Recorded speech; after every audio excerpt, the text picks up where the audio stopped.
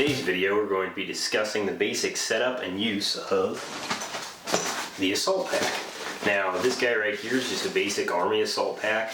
I'm not going to go too crazy in depth on other kinds of assault packs or things by different manufacturers. This is just going to cover the basic GI assault pack. Now, one thing to keep in mind with this as well is that this is supposed to be just a basic loadout video that tells you some of the essentials that you can keep in your pack for any time that you're running any sort of mission or whatever you may be happening to do, be it military context, civilian context, law enforcement, what have you.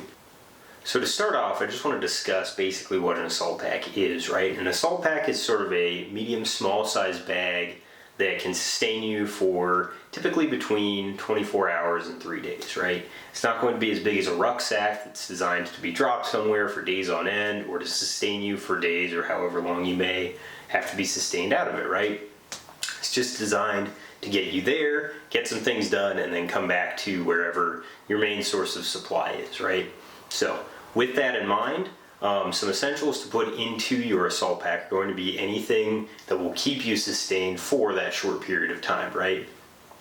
I'm a big fan of keeping some smaller clothes, right? So like some socks, some t-shirts, maybe some underwear if you really want to, some basic weather gear, be it cold weather gear or wet weather gear, depending on what season you're getting into, a poncho, because ponchos can be used for numbers of things, and also a basic loadout of some extra ammunition.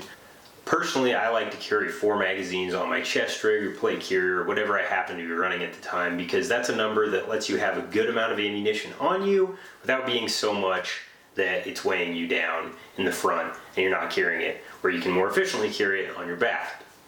Having 3 extra magazines in an assault pack is a good option that sort of balances that out and still gives you the capability to access that ammunition quickly if you need to. On top of that, I have some other basic supplies in here, some really basic survival stuff, some spares for chem lights or glow sticks, and 550 cord for whatever purposes you may need that for. I also like to put some of the basics, an extra knife and lighter, just good to have spares of in case your main ones go down, a length of 550 cord so that way you can tie down whatever you need to. 550 cord, like that poncho, can be used for a bunch of different things. Some chem lights if you need to mark something, and also some batteries, some spare batteries for all of your equipment that you might need. I like to carry spare batteries on my kit, but at the same time, it's good to have a couple extras in your pack too, because redundancy is king. 2 is 1, 1 is none, right? Last but not least, I also like to carry a little bit of water and food in here. Once again, as with all of these things, a lot of this stuff you should be carrying on your kit to some extent, right? But this gives you a little more capability to carry some extra and maybe a little more than what you would keep on your person.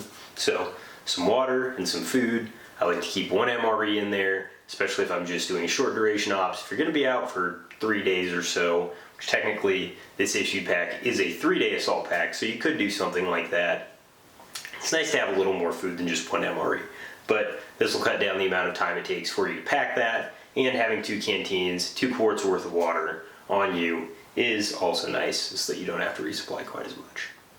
So now that we've discussed some of the basics, let's go ahead and get into how we're actually going to pack everything into our assault pack.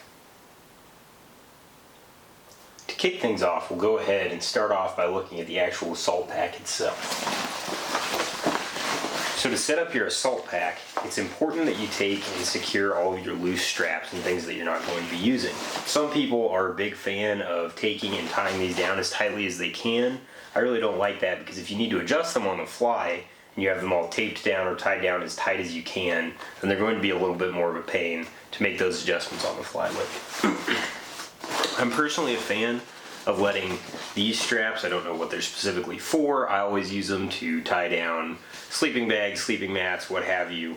I'm a big fan of taking them and attaching them at the bottom here, and then what I'll do with these up here is I'll put tape on them so they don't make as much noise banging against the zippers when you go to open the assault pack.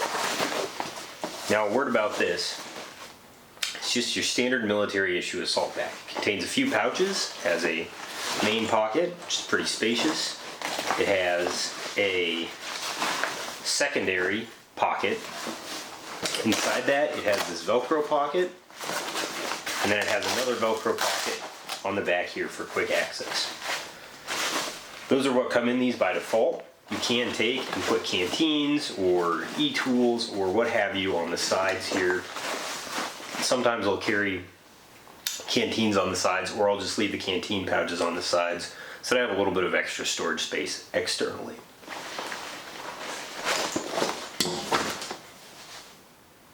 Now that we've discussed the features of the assault pack, we're going to go ahead and get into the meat of how to pack the assault pack. So we'll start over here. First things first, we're going to go ahead and go from what we pack into the bottom of the pack to what we pack in the top of the pack.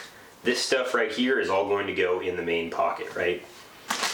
Right here what I have is one pair of socks and one t-shirt. Since this is just designed to be a one-day general purpose bag, you really shouldn't need more than that. I take them and put them in a Ziploc bag and push all the air out of it, so that way it folds down as compact as possible and they can stay dry for you because nobody likes wet socks.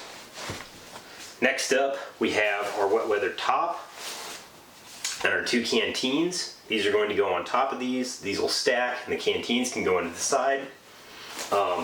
Wet weather top is important, but if we have the poncho, we're probably going to need and use that poncho before we use that. So we leave that towards the top and this more towards the bottom. Next up, we have our MRE. We have it field dressed so that it's much more compact. I always advocate for hanging on to your main pouch for your MRE. Some guys, when they field strip their MRE, so to speak, they can throw away this outer bag. It's nice because you can take all your trash and put it in there, take trash from anything else you need to and put it in here. Makes it a little easier to carry everything back out with you, as opposed to having your stuff trash with food spilling out of it in the main bag of your pack. Not a good day. Can attract ants and that sort of thing. Stay away from that. Next up, we have our wet weather bottoms. We can throw these on, and if we have to move through wet grass or something like that, then they can keep our legs from getting too wet, and chances are, unless it's really coming down on you, then these will be good for things like dew, or when it has rained and is no longer raining, that sort of thing. Last of all, we have our poncho, good multi-purpose poncho. I don't have mine rolled into a bag, rolled up especially tightly here. This is just for demonstration purposes. You can get them to become much more compact than this. So that's the order that I go in on this. So t-shirt, socks, wet weather top, canteens next to it, wet weather bottom after the MRE, and then our poncho.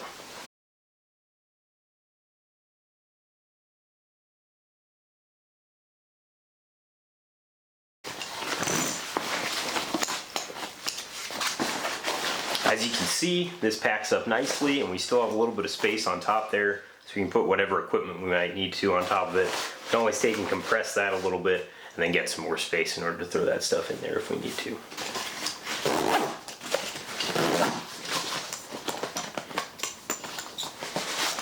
So next up, we'll go ahead and cover what we're going to put into our secondary pocket on our assault pack.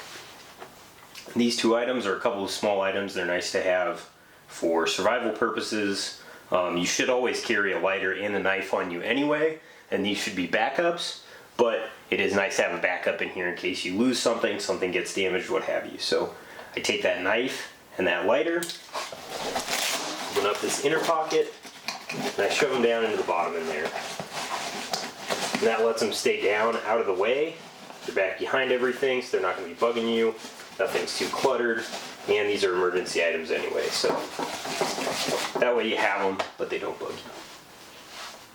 Okay, so the next thing we're going to put into that pocket is going to be our bandolier.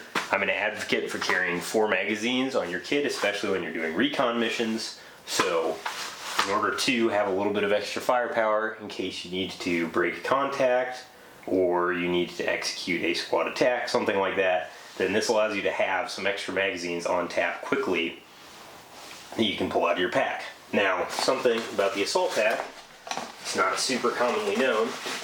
It's actually designed to have this snap into it. You can see there are buttons here and here which correlate to buttons here and here on the back of the bandolier.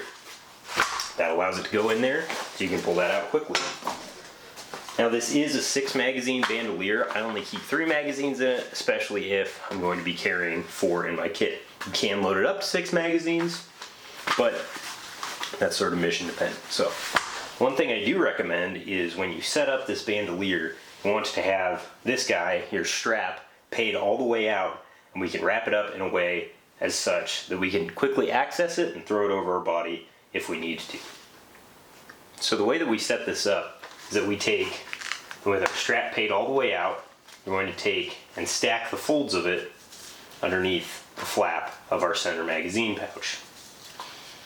So how we do that is we go ahead and, once again, paid all the way out, maximum length, going to take and going to even up the sides of it so that it's not twisted at all. And then we're going to take and start stacking these lengths underneath that pouch. So when we get to about here, and we have a decent amount left for our handle, we're going to take, instead of stacking another full loop, we're just going to take one of our legs and we're going to stack it underneath the flap of the magazine pouch, leaving one around the outside. This is what creates our handle.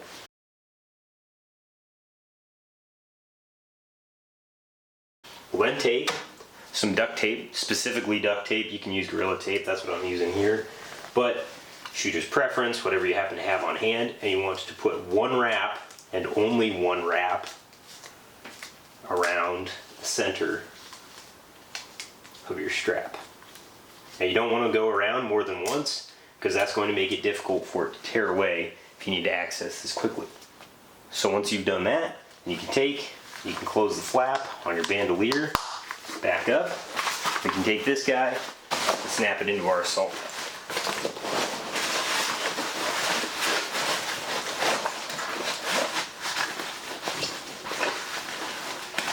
These can be a little bit of a pain to get snapped in there, but it's okay. If you need these, they'll come in handy later. So now, as you can see, we have these sitting in here. We have our handle sitting right here, so we can quickly rip that out if we need to. Notice I don't put anything else in here. I have the knife and the lighter in that internal concealed pouch, then I have my bandolier right here. That way, if I need to get to those magazines, not taking anything else out with them. If you absolutely had to, you could put other stuff in here, but I wouldn't recommend it because they might clutter it up, they might get in the way of you pulling those magazines out of there, and you don't want that because these are really for emergency use.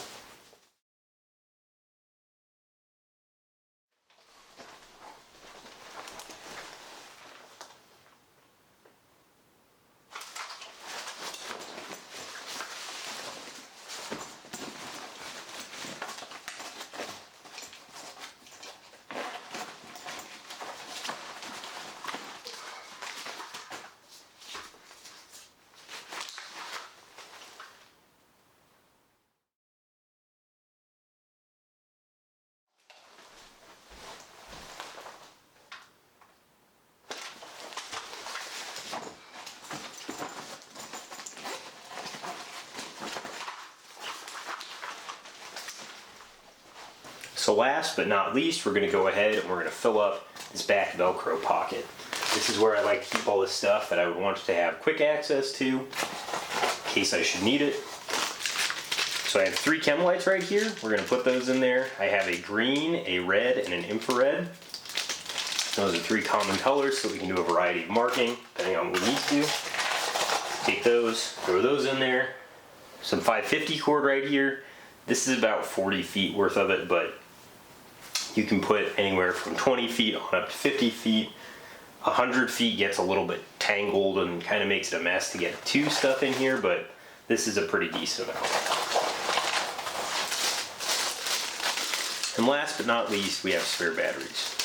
I like to take my spare batteries and wrap them in tape.